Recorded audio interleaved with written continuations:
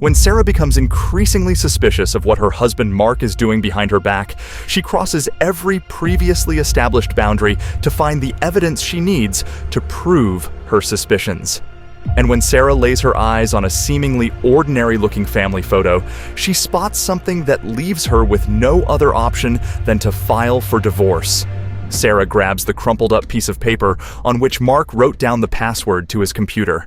She hoped it wouldn't come to this, but felt like she had no other choice. After a little bit of searching, Sarah finds the folder she was looking for. She takes a deep breath and opens it. A wave of surprise and confusion hits her. She can't believe it. She never thought Mark was capable of something like this. How could he do this to their family? Tears are starting to stream down her face. At first glance, the Millers seem to be a relatively normal American family consisting of Mark and Sarah and their 2 young children. But while the family may seem normal now, they definitely haven't always been. Sarah has been together with Mark since she was only 15 years old, and thus the pair have kind of grown up together, it seems. After they met, they got really close really quickly. The couple were slowly building up their lives together over the next years. There were some things that were starting to bug Sarah, something that Sarah has had trouble with from the very first moment that she met Mark up to the present day. By this time, she and Mark had been together for years, but he was still very secretive about his past, and it was starting to worry Sarah more and more. Sarah had asked him to tell her more on multiple occasions, but was always met by the same kind of reluctant responses. Mark claims that he doesn't have a family anymore, and that it hurts too much to talk about everything. At this point, Sarah had just accepted it as the reality of the situation. When the pair had been in a relationship for about 7 years, had their first child together, and now had another one on the way, they decided they were ready to get married. Sarah hoped that she would maybe finally meet some of Mark's family at the wedding, but maybe not to Sarah's surprise, but definitely to her disappointment, Mark had only invited his friends to the wedding. Not a single person was there that had known Mark from before he moved to the city at the age of 16. In all the time that had passed since Mark graduated as a photographer, his reputation had only gotten bigger and better, and he now had a plethora of well-off customers willing to pay him handsomely for his services.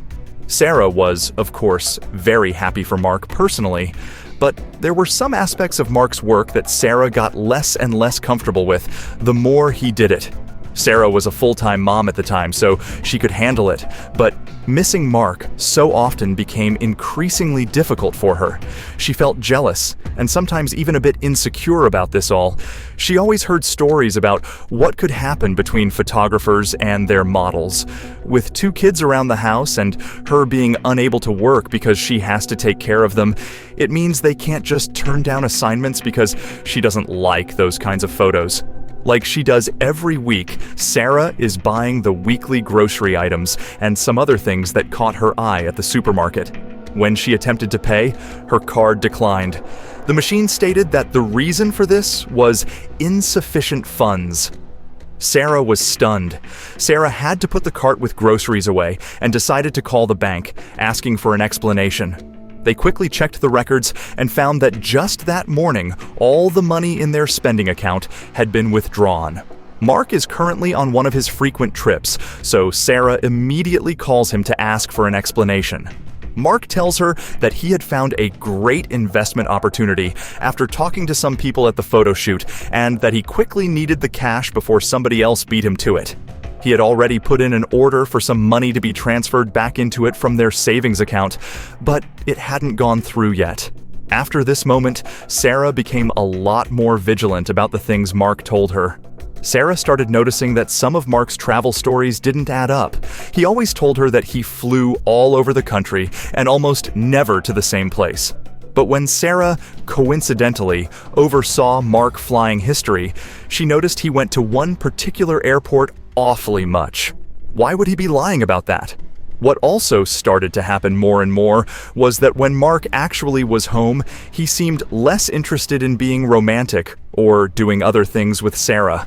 With Sarah becoming almost completely engulfed in her worries and doubts, something happened that seemingly pushes her over the edge. Late at night, when Mark was on another one of his trips, the home phone rang. But when Sarah went to answer it and stated her name, the line was immediately disconnected by the caller. Sarah went to Google with the phone number to see if she could maybe find out more about who was calling, but when she did find out, was that the area code match with the city Mark flew out to so often? She had always made a point that she wanted to respect Mark's privacy as much as possible, but enough was enough. Sarah went to try and log in on Mark's home computer. It has a password that Mark had never revealed to her. He probably assumes that Sarah doesn't know it, but months ago, she had found a crumpled piece of paper on the ground on which it was written. She unlocks the PC and is immediately confronted by countless neatly organized folders full of pictures. For a second, Sarah is overwhelmed by the sheer volume, but then she composes herself. Sarah finally stumbles across a folder she was looking for. It was dated just after Mark's most recent trip to the city. With her fingers shaking in anticipation, Sarah clicked open the folder. She felt like she was prepared to see anything, but not this. All of the photos that are stored in the folder are of Mark, but not just of Mark alone, but of him with another family, another wife and 2 children. When? How? Why? Did that family know about her? All Sarah wants to do is confront Mark and ask for an explanation. She wants to scream at him and tell him everything she thought about him, but she can't. That night, Sarah didn't sleep for a second. All she can think about is her life completely falling to pieces. The man she had devoted her life to for more than 7 years had been living a double life.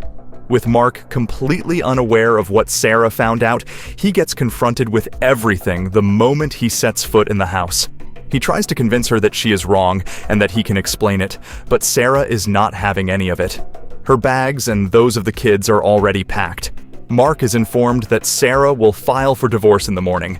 When she marches in the direction of the front door, Mark hesitates for a couple of seconds, but then he yells something that stops Sarah in her tracks completely. "I have a twin brother," Mark yelled. Sarah turns around and her first instinct is to get even angrier that Mark would dare to use such a ridiculous excuse. But then he claims that he can prove it, and he pulls up the exact picture on his phone, pointing to the hand of the man. The man in the picture is clearly missing a finger, something that didn't catch Sarah's attention the first time she saw it. It turns out that Mark actually has a twin brother named Eric, who had lost his finger due to an unfortunate accident with a lawnmower. When the brothers were growing up, Eric, unlike Mark himself, got himself into trouble from a very young age. Their parents were also very involved in many practices that would do well never to see the light of day. From an early age, Mark knew he had to get away from his family to avoid becoming like them. He left when he was 16 with nothing more than a backpack, in search of a new life. In the years after Mark had cut ties with his family, Eric's situation went from bad to worse, and it eventually landed him in jail just a couple of months ago. He was charged for being a repeat offender and sentenced to 5 years behind bars. Eric took this as a moment of self-reflection and decided he wanted to turn his life around. He knew that there was only one person that could help him with this, and that was Mark. He called him up from jail, and after a lot of deliberation, Mark agreed to help. Mark had to keep him helping out Eric a secret because he still didn't want Sarah to know about his family in any way, shape, or form. He was afraid she would seek contact with them. The money that went missing was used to pay Eric's bail and to help him get back on his feet.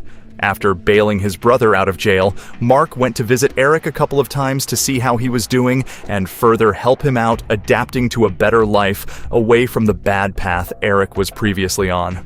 On Mark's most recent trip to see his brother, he decided to do a photo shoot with Eric and his new family. The call Sarah had gotten the previous night was from Eric, who wanted to ask if Mark could send a specific photo to him.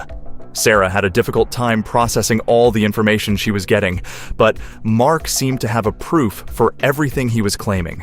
Finally, she was going to meet somebody from Mark's family.